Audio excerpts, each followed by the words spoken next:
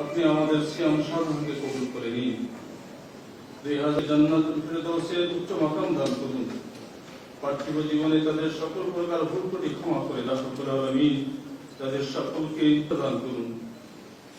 শহীদ পরিবারে যারা বেঁচে আছেন তাদের সবাই শহীদদের রূহ মুবারকের সওয়াব পৌঁছে দিন।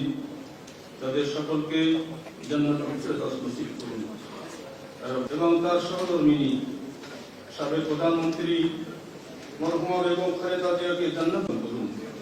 হে আল্লাহ, আমাদের এই বাহিনী দেশের জাতি থেকে এই দেশ ও জাতিকে হেফাজত করুন। রব্বানা ওয়াতুব আলাইনা ইন্নাকা আনতাত তাওয়াবুর রহিম। আলহামদুলিল্লাহি রাব্বিল আলামিন। আসসালামু আলাইকুম ওয়া